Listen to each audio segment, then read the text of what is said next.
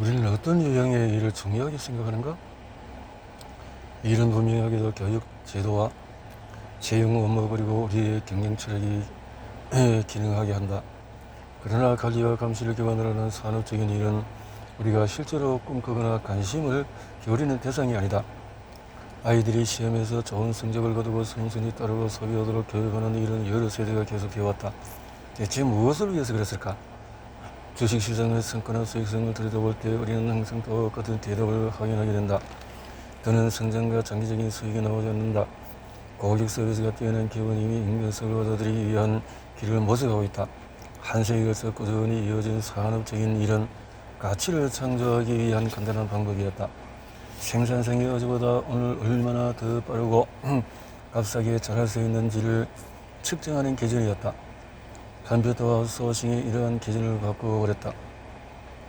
이제 산업적인 일은 바닥을 향한 경쟁이 되어버렸다. 비즈니스를 확장하기 위해서 기업이 가장 먼저 하는 일은 산업적인 활동을 더 값싼 것으로 아웃소싱하면서 최대한 자동화하는 것이다. 모든 것에서 더 멋지게 가지고 사양에 따라서 생산할 수 있다면 왜 굳이 추가 비용을 지불한단 말인가? 아웃소싱은 원래 더 싸거나 덜 인간적인 것이 아니었다. 그러나 기업가들이 국제적인 경비를 활용해서 그렇게 만들어버렸다. 선택권이 있을 때 지친 근로자는 산업적인 일을 회피한다. 다른 누군가가 그들을 최대한 활용할 수 있는 자원으로 정의했기 때문에 근로자란 노력을 투여하지 않으려고 한다. 산업적인 일은 운 좋게도 선택권이 남은 이들에게 첫 번째 선택이 아니라 제일 마지막 수단이다. 실제적인 가치는 더는 생산성에 하는 전통적인 기준에 의해서 만들어지지 않는다. 그것은 인간의 상호작용, 혁신, 창조적인 해결책, 유연성, 속도의 힘으로 만들어진다. 우리 모두를 위한 기회는 차이를 만들기 위해서 뛰어난 열정적인 사람들이 투자하는 감정 노동이 있다. 이것이 바로 뛰어난 조직이 만들어낸 경쟁 우위다. 의미 있는 조직은 영향력을 창조한다. 그들은 돈을 더 많이 번다. 더 유능한 직원을 끌어들인다. 더 많은 삶을, 더 많은 기부를, 더 많은 좋은 업무 환경을 제공한다. 핵심은 더 많이 더 잘이다. 더 잘을 향하여 쓸모없어진 시스템의 희생양이 될 필요는 없다. 대신에 여기 지금 우리에게 주도권을 잡을 새로운 기회가 있다. 변화를 위한 환경을 구축할 수 있는 사람들이 관계와 전환성, 가능성을 창조하는 여정으로 뛰어들도록 만들 기회가 있다. 리더십은 기술이자 예술이다. 그리고 리더십은 배울 수 있다. 우리는 함께 이끌어 나갈 수 있다. 이 선언은 단계별로 지침도 혹은 단순한 각본도 아니다.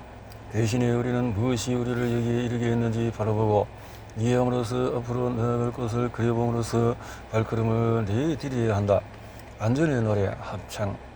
사람들이 물에 빠지고 있거나 혹은 빠질 것 같다고 느끼고 있다면 그런 사람은 아마도 당신의 프로젝트를 잘 해내지 못할 것이다. 세뇌는 강력하고 지배적인 시스템이 진실이 아니거나 일반적인 쓸모없는 것들을 우리에게 가르침으로써 문화적이고 지적인 현재 상태를 영소하고자 할 때 모습을 드러낸다. 일과 학교 혹은 이웃에 대한 기대를 말한다. 세뇌는 아이들만을 대상으로 삼지 않으며 또한 성공에 가는 것도 아니다. 세뇌는 인종, 계급, 성적, 취향, 직무, 역할 등 수많은 다양한 기준에 관한 것이다. 공격은 여전히 공격이다. 설령 우리가 그것을 미묘한 공격이라고 부른다고 해도 말이다. 그렇게 먼저 바라봐야 한다. 도움이 되지 않는 일을 하면서 보낼 10만 시간에 대해 우리는 과연 무엇을 믿도록 훈련받았는가? 우리는 다른 사람 진실이 아닌 그들의 꿈과 두려움에 대해서 무슨 생각을 하는가? 오랫동안 이어져 왔음에도 우리는 인식조차 못하고 있다. 사회 보조리의 세대, 교육과 특권이라는 확고한 시스템, 지배적인 시스템의 세뇌, 이 모두는 안전과 안전에 대한 필요성을 증폭시킨다. 산업자본주의는 트라우마가 높아지는 여우는 많은 이가 보트 밖으로 몸을 내밀고 이끌고 변화를 만들어내는 힘들고도 중요한 일을 하지 못하게 가로막는다. 마치 우리가 식당에 들어가서 자리에 앉을 때마다 어제를 잡아 빼는 것 같다. 그래서 우리에게 다시 어제에 앉으라고 한다. 이제는 더는 믿을 수가 없다.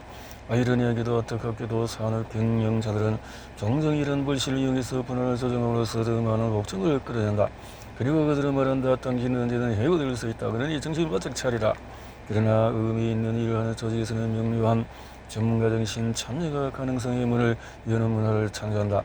의미는 신뢰를 요구한다. 그리고 신뢰는 약속을 지키는 모습으로부터 형성이 된다. 리더는 어디에 있는가? 직원들의 말에 귀를 기울이고 그들에게 성장의 기회를 주고 공정함과 소속감이 있던 일자리를 만드는 것과 관련해서 수많은 책과 논문이 나와 있다. 경영자는 이런 아이디어를 잠깐 시도했다가 이내 포기한다. 그리고 이렇게 말한다. 효과가 없다. 제안을 달라고 요구했지만 아무런 대답도 듣지 못했다. 스스로 일하도록 요구했을 때 그들은 숨거나 물러서기만 했다. 왜 너라는가? 10년 혹은 15년 동안의 교육을 통해서 사람들이 아직도 세뇌하고 괴롭히고 저거라고 이후의 직장에서 또 수십 년 동안 그렇게 하고서 왜 사람들이 다시는 공경에 처하지 않으려고 할 것을 기대하는가? 우리는 두려움, 착취, 강함의 순환거리를 만든 공범이다. 의미를 위한 역할을 조성하는 일은 쉽지 않다. 쉬웠다면 이미 만들었을 테니 말이다. 끊임없이 이어지는 비난. 수직적인 경쟁 시스템에서는 상사는 프로젝트 전체를 맡고 이를 구분해서 부하 직원들에게 나눠준다. 그러면 부하 직원들은 자신에게 할당된 부분을 맡고 이를 더 작은 것으로 구분해서 조직 체계를 따라 그 책임을 다시 하단한다. 문제가 생길 때 상사는 문제가 발생한 부분을 담당한 부하 직원을 질책한다. 그러기에 질책은 계속해서 아래로 내려간다. 그러나 문제를 누구도 분명하게 알지 못하고 문제는 복잡하고 시스템은 각각의 부분보다 더 중요하기 때문에 관심이 가진 자신이 맡은 책임에 대해서 긴장한다. 확신할 수 없기 때문이다. 그래서 우리는 올바른 대상을 측정하는 대신에 이상한 대제품을 측정한다. 가령 근무 시간이나 이메일 답변 혹은 회의에서 보이는 카리스마 같은 것들 말이다. 그리고 우리는 비난을 기다린다. 편파적이지 않은 대화. 조 허드슨은 실리콘밸리에서 존경받는 비즈니스 코치다. 참여와 리더십에 대한 그의 4단계 접근법은 기술이 아닌 마음의 상태에 따른 것으로 유명하다. 사람들을 이용하기 위해서 간단한 방법은 없다. 그러나 관계를 형성하고 성장하게 하는 상호관계에 적용시킬 수 있는 태도와 믿음의 체계는 있다. 이는 우리를 대신해서 다른 이들이 노를 젓도록 압박하는 것이 아니라 함께 항의하도록 만든다. 그는 고객과의 대화에서 어떻게와 무엇에 관한 질문을 던짐으로써 조직이 나갈 길을 발견하고 있다고 말한다. 우리는 그 질문을 통해서 다른 이들이 무엇을 추구하는지 그리고 나아가는 것을 어떻게 함께할 수 있는지 이해할 수 있다. 그 고객에 대해서 어떻게 생각합니까? 혹은 왜 이러한 방식을 처리하길 원합니까? 라는 질문은 좋은 출발점이다. 이어서 진정한 질문에 따라야 한다. 내 방식대로 이해하는 방법을 알아봅시다.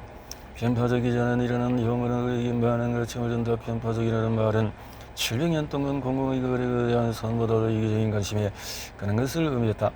관리자가 어떻게 편파적으로 되가는지 우리는 쉽게 이해할 수 있다. 관리자는 직원들에게 어떻게와 무엇에 관한 질문하는 대신에 무엇을 하라고 말한다. 관리자는 그들의 상사 자신에게 부여한 목표와 과정에 집중하기 위해 편파적으로 변하며 보수를 받는다. 그러나 한계 상태를 추구한다면 여기서 저기로 가는 의미를 추구한다면 우리는 단일 궤도를 달리는 기차를 모으는 것이 아닌 발견 모드에 있는 것이다. 지시가 아닌 과정에 존재하는 것이다. 호기심을 대답을 잡고 시도하고 결과물을 얻기 위해서 질문을 던지는 것은 유혹적이지만 종종 실패로 끝나기도 한다. 우리가 모습을 드러내고 관계를 맺고자 하는 사람이 우리의 목표를 이해하고 문을 닫기 때문이다. 목표가 안전에 관한 그들의 이야기를 이해한다면 말이다. 이런 문제에 대한 대화는 진정으로 놀라움으로 대화를 나누고 그 사람의 이야기 속에서 그와 함께 하는 것이다. 놀라움은 문제를 해결하기 위한 설명을 찾지 않은 결말이 열린 호기심이다. 과정과 원칙은 구체적인 계획을 요구하지 않는다. 우리는 농구 경기를 미리 계획할 수 없다. 그러나 문화와 절차에 집중한다면 선수들이 어떻게 경기가 진행되는지 상관하지 않고 목표를 달성하도록 만들 수 있다. 편파적이지 않은 마음가짐은 우리 문화가 전통적으로 전형적이고 강력한 상사라고 그러지 않는 이들로부터 더 많은 공감을 얻는다. 다른 사람을 이어정으로 끌어들이는 능력은 우리가 어떻게 보이느냐 훨씬 더 중요하다. 이것은 성별과 인종 또 문화적인 배경을 넘어선 본질적으로 인간적인 과제다.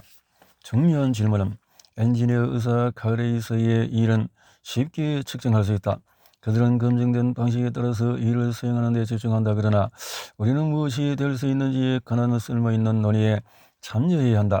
다음은 우리가 함께 일하려고 할 때마다 던져야 할 질문들이다. 그렇다. 아래의 질문들을 던지고 답변을 받아 적고 그 답변을 실행에 옮길 가치가 있다. 팀이 추구하는 구체적인 변화는 뭔가? 변화를 추진하는 과정에서 너희 개인적인 역할은 뭔가? 변화를 지원하거나 이끌어가기 위해서 무엇을 배워야 하는가? 누구의 도움을 받아야 하는가? 그리고 누구를 도와줘야 하는가? 나와 우리 그리고 우리가 책임을 지는 사람들은 어떤 위험을 감수해야 하는가? 프로젝트는 언제 시작해야 하는가? 예산은 얼마인가? 나는 무엇을 두려워하는가? 참여하는 사람들은 어떤 이익을 얻게 될 것인가? 그리고 이러고 난 뒤에 다음의 질문을 던져야 한다. 제 시간에 일을 마쳤는가? 정리한 약속? 더 잘하기 위해서 노력? 변화? 까다로운 질문을 통해서 새로운 통찰력을 얻는가? 이는 중요한 질문임에도 쉽게 얼버무리고 넘어갈 수 있다. 의미 있는 조직은 이러한 질문을 피하지 않는 반면에 그렇지 않은 조직은 쉽게 외면한다. 휴머를 떠나서 모든 조직은 이러한 논의를 시작할 수 있지만 애써 외면할 수도 있다. 우리가 이러한 질문을 가지고 이야기를 나누지 못한다면 과연 스스로 전문가라고 부를 수 있을지 의심해 보아야 할 것이다. 시작하기에 앞서 다음 프로젝트로 넘어가기 전에 팀원들과 함께 두 가지에 대해서 논의해보자. 사전 부검에 대해서 프로젝트로 가정하에 검토하는 작업에 대해서 큰 성공에 대해서 업무의 모든 단위를 프로젝트라고 생각할 수 있다. 다음에 담당하기 통화 이런 프로젝트가 실패했다고 상상해보자. 그리고 문제가 될 만한 것들을 목록으로 미리 작성해보자. 무엇이 제대로 들어가지 않았던가? 누가 약속한 것을 이해하지 못했는가? 위험은 무엇이었나? 시작하기에 앞서 우리가 받은 최고의 피드백은 무엇이 이야기를 들려주는가?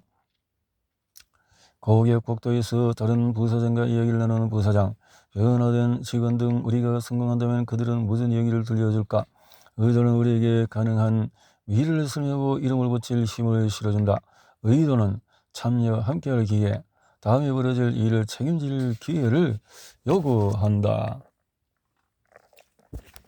함께 의미를 향해, 함께 의미를 향해.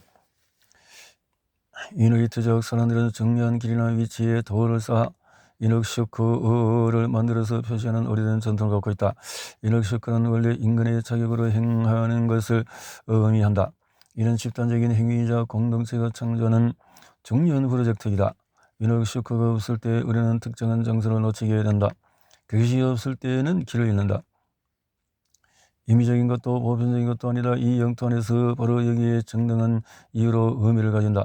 다양한 유럽 전통 중에서 돌무덤은 이녹쇼크와 비슷한 메시지를 전한다. 우리가 여기 있었다라는 사실뿐만 아니라 이곳은 주의 깊게 살펴볼 가치가 있다라는 메시지를 말이다. 행위는 돌무덤에서 돌을 가져가거나 이녹쇼크를 무너뜨려서는 안 된다. 우리보다 먼저 이곳에 왔던 이들이 무엇인가를 만들었기에 우리는 이로부터 배우거나 더 추가할 수 있을 뿐이다. 지도를 그리기 전에 나침반. 혁명은 변화를 몰고 온다.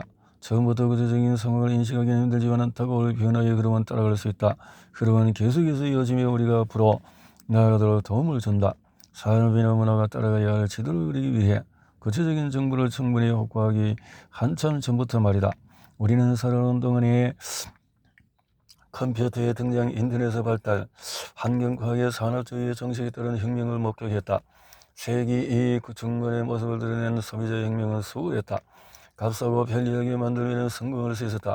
인터넷의 등장을 무렵에 똑똑한 이들은 다음과 같은 질문을 통해 중요한 것을 결정을 내릴 수 있다는 사실을 이해했다. 인터넷은 무엇을 원하는가? 인터넷 사용자가 아니라 그 비즈니스, 그 네트워크 자체가 원하는 것, 그것은 무엇을 먹고 자라는가? 더 많은 개인 간의 연결, 더 넓은 대역 폭, 더 많은 선택지를 제공하면서 무엇을 하든지 성공할 수 있었다. 네트워크 협업하는 그 신기술이 거드리는 모든 대상을 혁신하는 방식을 이해할 수 있는 징후였다. 케빈 켈리는 기술이 무엇을 원하는가라는 질문이 대단히 쓸모있는 북극성이라는 사실을 우리가 깨닫도록 도움을 줬다. 조리를 맞서 싸울 대상이 아닌 항해를 위한 나침반이라는 사실을 말이다. 지난 몇 년간 기업들은 앞으로 나아가기 위해서 다음과 같은 질문을 던져야 한다는 사실을 확인했다. 지구가 원하는 것은 무엇인가? 탄력적이고 과연 발자국만을 남기며 지속 가능성 높은 것을 구축하는 것이야말로 앞으로 나가기 위한 유일한 길이다. 이 같은 움직임은 관성을 얻고 이 선에서 배울 수 있는 것은 가난하다 경우를 떠나 모든 조직은 다음 같은 질문을 통해서 실질적으로 앞으로 나아갈 수 있다. 인간은 무엇을 원하는가? 우리가 교류하는 사람들에게 무엇이 의미를 창조하는가? 이는 분명히 과거 산업주의자들이 던졌던 질문은 아니다. 인터넷 사업가들이 던진 질문도 아니다. 앞으로 우리가 던져야 할 질문은 주식이나 또 지역의 어떤 기업, 또 인터넷 서버의 크라우드를 확장하는 과제에 가는 것이 아니다. 우리는 물품 보관 서비스 창구를 채우거나 그저 시장 점유율을 높이기 위해서 있는 것도 아니다. 우리는 사람들이 무엇을 원하는지 묻고 있다. 우리는 어떤 변화를 만들어가야 하는가? 그 변화는 우리가 함께 일하는 사람에게 중요한 것인가? 이 질문에 대한 대답은 다양할 것이다. 그리고 아직 정답은 나와 있지 않다. 다만 나침반 중요한 것을 바라보는 방식이 존재할 뿐이다. 이러한 혁명적인 나침반이 가리키는 것은 독립적이며 이것들은 나중에 중첩되고 상호작용할 것이다. 소비자 인터넷이 기술이 처음 모습을 드러냈을 때 그것은 저렴하지도 편리하지도 않았다. 인터넷을 키우는 일이 일상적인 비전에 의해서 일부가 된 것은 그로부터 10년 혹은 그 이상의 세월이 흐른 뒤였다. 크고 작은 기업들은 결국 그 흐름을 따라잡았다. 환경에 대한 우려가 큰 조직의 레이더를 포착되었을 때 대부분의 기업 목표와 상반되는 것으로 보였다. 그러나 오늘날 전기차는 기존 자동차보다 더 높아진 위상, 더 높은 신뢰성, 더 향상된 성능을 보인다. 태양열 발전은 가스나 석유보다 더 싸고 더 효율적이다. 오늘날 거물 기업들 중요한 구성원으로서 지구를 살리는 일에 동참하고 있다. 모든 혁명의 공통점은 불편하다는 사실이 있다. 기업가들이 1998년 인터넷을 받아들이고 비영리 단체가 접근 방식을 바꿔서 지속 가능성을 추구하고 성공적인 기업의 의미를 받아들이는 것은 상당히 불편한 일이었다. 이런 흐름은 좀처럼 빠르고 쉽게 일어나지 않는다. 그렇게 변화는 혁명적인 것이다. 혁명은 주변부에서 시작하지만 결국 상호작용하는 모든 것을 바꾼다.